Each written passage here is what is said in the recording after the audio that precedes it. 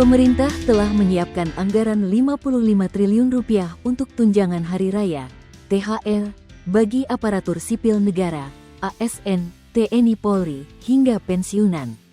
Lantas kapan THR tersebut ditransfer kepada ASN hingga pensiunan? Menteri Keuangan Purbaya Yudi Sadewa mengatakan, keputusan resmi terkait waktu pencairan THR ada di tangan Presiden Prabowo Subianto. Saat ini, Prabowo sedang melakukan serangkaian agenda di luar negeri sejak tanggal 16 Februari tahun 2026 untuk kunjungan ke Amerika hingga Inggris. Begitu Presiden pulang dari luar negeri, mungkin dia akan umumkan. Saya nggak tahu, masih diproses, tapi dana-dana sudah siap, ujar Purbaya usai konferensi pers APBN kita edisi Februari, Senin, tanggal 23 Februari tahun 2026. Adapun skema THR ASN 2026 mengacu pada peraturan pemerintah nomor 11 tahun 2025. Dalam aturan tersebut, komponen THR terdiri atas beberapa unsur, yakni: pertama, gaji pokok yang disesuaikan dengan pangkat, golongan, dan masa kerja. Kedua, tunjangan keluarga yang meliputi tunjangan suami, istri, dan anak sesuai ketentuan. Ketiga, tunjangan pangan yang umumnya berupa tunjangan beras atau pengganti nilai beras. Keempat, tunjangan jabatan atau tunjangan umum, termasuk tunjangan struktural, fungsional, maupun tunjangan umum bagi ASN non-jabatan. Kelima, tunjangan kinerja, TUKIN, yang besarannya menyesuaikan kebijakan fiskal pemerintah dan dapat dibayarkan penuh atau sebagian.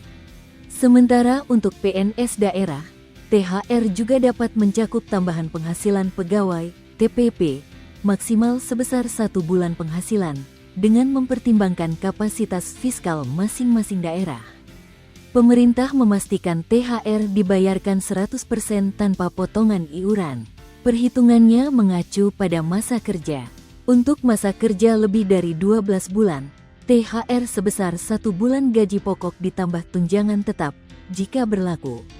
Sedangkan untuk masa kerja kurang dari 12 bulan, perhitungannya menggunakan rumus proporsional, yakni masa kerja dalam bulan tanda bagi 12 dikalikan gaji pokok. Cara mengelola THR. Setelah menerima THR, maka perlu pengelolaan yang bijak agar bermanfaat. Berikut strategi yang dapat dijalankan setelah menerima THR yang dikutip dari berbagai sumber. 1. Membuat daftar prioritas keuangan. Catat semua kebutuhan utama yang harus dipenuhi, seperti zakat, kebutuhan rumah tangga, hingga pembayaran tagihan atau cicilan yang masih berjalan. Perlu diketahui, pengeluaran untuk pakaian baru untuk lebaran, mudik ataupun liburan saat hari raya merupakan kebutuhan sekunder.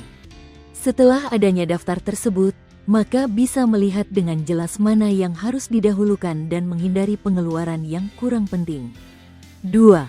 Batasi pengeluaran. Meskipun lebaran identik dengan makanan dan hidangan mewah, Anda bisa tetap merayakan dengan menu sederhana.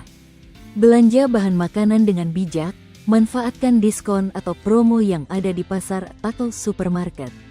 3. Manfaatkan THR untuk menabung dan investasi. Usahakan untuk menyisihkan sebagian besar THR untuk ditabung atau diinvestasikan dalam bentuk yang aman, seperti deposito atau investasi jangka pendek. Ini akan membantu menciptakan dana darurat. 4. Berbagi ke sesama. Lebaran bukan hanya tentang perayaan dan kesenangan pribadi, tetapi juga tentang berbagi dengan sesama. Sebagian dari THR, jika semua kebutuhan pokok sudah terpenuhi, bisa dialokasikan untuk sedekah. Download Tribun X sekarang. Menghadirkan lokal menjadi Indonesia.